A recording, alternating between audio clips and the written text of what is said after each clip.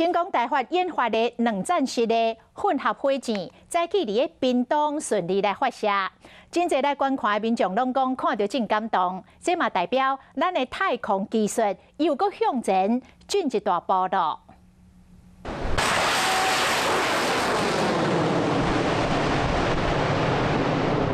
火箭发射升空，咱国的太空技术又搁向前迈进，现场的民众真欢喜。这些学生太棒了，对，我们有这样的研发，这样子实在太强了。学术这样自己大学这样自己做出来的火箭，感觉以后未来会更好。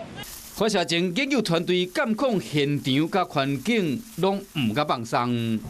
飞上去的时候也是蛮感动的啦，重点其实还是要回去看一下，就是分析一下资料。从1周开始，就要对这里的天气，还有到时候飞行的路径跟一些风向还有雨量做评估。国立成功大学的团队研究出来2节的混合火箭，今日伫屏东旭海发射，完成气动力的脱节甲高空点火测试，使这个技术进入实用阶段。 这摆发射2节式的火箭，长有6.2公尺，重量是260公斤。面顶有载各座的电力探测器，会使探测宇宙的射线、能量甲方向。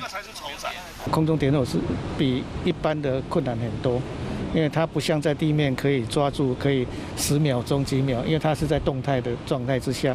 成大团队表示，讲这是伫2019年发射推力混合火箭了后，经过3年的研究甲改良才成功的。设计、研发跟制造呢，都是完全出于国人之手哦。台湾的这个太空科技的这个也向前的迈向了一大步。